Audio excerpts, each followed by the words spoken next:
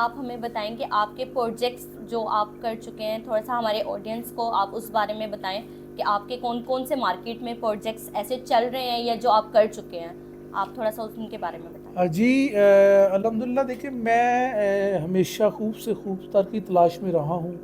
और जो इंसान खूब से खूब तर की तलाश में रहता है अल्लाह ताला उसके लिए असबाब पैदा करता बिल्कुल है। बेशक। मैंने 2011 में Lahore college for women university जो है जे रोड पे, इसका एक टेंडर मैंने विन किया था। उसमें मैंने बड़ा अल्हम्दुलिल्लाह, अल्लाह ने जब करम इंसान पे करता है। और खा उसके बाद जो दूसरी बात होती है क्वालिटी जो होती है वो इंसान को बहुत आगे ले जाती है। मैंने टेंडर जो विन किया तो मुझे 1000 चेयर का मेरे पास टेंडर था, जो स्टूडेंट चेयर होती हैं। वो जब मैंने 1000 की सप्लाई दे रहा था तो फिर उस क्वालिटी देख के और हमारा मेयार देख के, जो वाइस चांसलर साहबा थी, बुशरा मतीन साहबा थी उस वक्त वाइस चांसलर, तो उन्होंने हमारी क्वालिटी और मेयार को देखते हुए हमारा ऑर्डर था उसको एक्सटेंड कर दिया और हमने 10,000 चेयर सप्लाई की।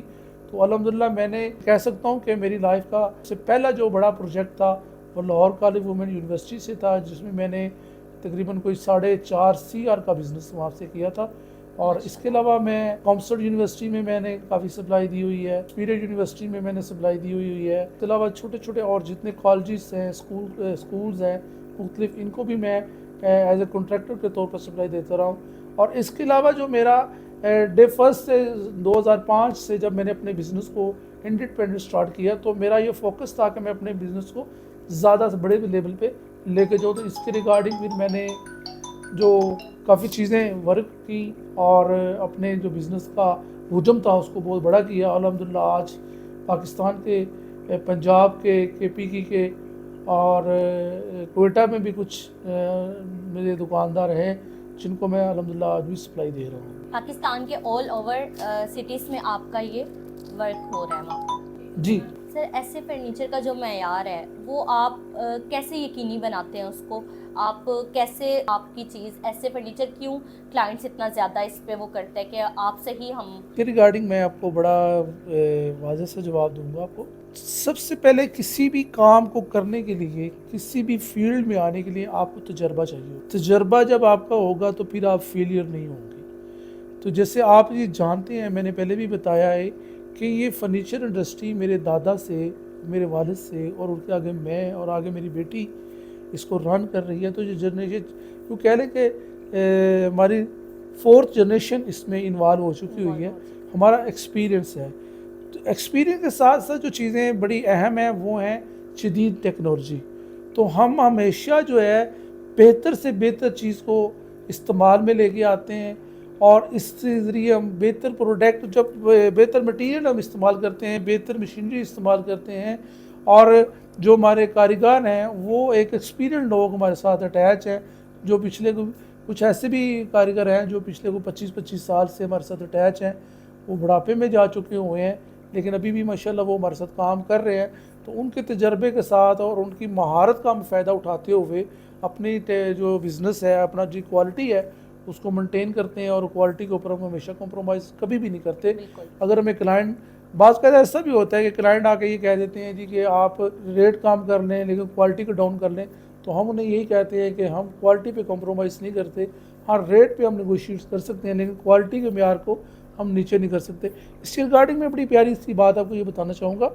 एक जो अच्छा काम करने वाला बंदा होता है ना, कभी भी हल्का काम नहीं कर सकता। आप उसे कहेंगे कि यार हल्का कर दे, वो हल्का नहीं कर सकता। और एक गैर मेयारी काम करने वाला बंदा, अनप्रोफेशनल बंदा जो होगा, वो जितना मर्जी अच्छा करने की कोशिश करेगा वो अच्छा कभी नहीं कर सकेगा। तो अल्हम्दुलिल्लाह हम इस पर एक्सपीरियंट हैं, तजर्बाकार हैं और डे फर्स्ट से ही मेयार के ऊपर काम कर रहे हैं। तो इसलिए हम हमेशा मेयारी फर्नीचर मार्केट में प्रोवाइड करते हैं और मेयारी चीज़ें इस्तेमाल करते हैं। सर, मेरा नेक्स्ट क्वेश्चन आपसे ये है कि जैसे मार्केट में फर्नीचर के हवाले से जदीद टेक्नोलॉजी वगैरह भी सब चीज़ आई है, तो आपने अपने सफ़र को क्या सरवाइव किया और आपने क्या इसमें महारत हासिल की, और आप क्या बताना चाहते हैं हमें अपनी हिस्ट्री के बारे में, कि आप थोड़ा सा अपनी जर्नी थोड़ा हमसे शेयर करें। जी देखिए, बात ये है कि फर्नीचर इंडस्ट्री आज से 30-40 साल कबल पीछे चले जाएं तो बिल्कुल एक आम सी इंडस्ट्री थी। यहाँ पे बड़ा टोटल जो काम होता था वो हैंड मेक होता था, मशीनरी का इस्तेमाल नहीं होता था। जदीद दौर के साथ साथ 80 के बाद जो है ऑलमोस्ट हम कह सकते हैं इंडस्ट्री में मशीनरी आनी शुरू हुई। 80 से पहले सारा काम बाई हैंड होता था। 80 के बाद जो है मशीनरी आई। तो मेरे वाले साहब ने डे फर्स्ट से जैसे ही टेक्नोलॉजी में बेहतरी आई, मेरे वालिद साहब ने टेक्नोलॉजी को अडॉप्ट, और अल्हम्दुलिल्लाह मैंने जब इस इंडस्ट्री को अडॉप्ट किया था, इस इंडस्ट्री में आया था, तो उस वक्त माशाल्लाह फर्नीचर जो था टोटल वो मशीनरी के ऊपर बन रहा था, हाथ वाला कंसेप्ट जो था ख़त्म हो चुका हुआ था। तो मज़ीद जैसे जैसे वक्त गुजरता गया, जो जो जिद्दत इसमें आती गई, हम उस तमाम जिद्दत को अपनाते गए, बल्कि हम इस जिद्दत को यहाँ तक मैं लेके गया कि मैंने ये देखा कि फर्नीचर में वही रवायती स्टाइल जो मशीनरी है वो चल रही है, तो क्यों ना इसमें बेटर किया जाए। तो मैंने भी 2017 में इसको ब्राइट करने के लिए, इसको बड़ा विजन करने के लिए, जो कि मैं अल्हम्दुलिल्लाह डे फर्स्ट से ही बड़ा विजन रखता हूँ, तो मैंने डे फर्स्ट से ही ये चाहता था कि इसमें जदीद से जदीद टेक्नोलॉजी को मैं मुतारफ़ कराऊँ। तो 2017 में फिर मैं CNC को इसमें फील्ड में इंट्रोडक्शन कराया, और अल्हम्दुलिल्लाह CNC की मशीनरी के ज़रिए फर्नीचर की जो खूबसूरती है उसको मज़ीद इजाफ़ा किया, और अल्हम्दुलिल्लाह मैं इसमें अपने इस तजर्बे में बहुत कामयाब रहा।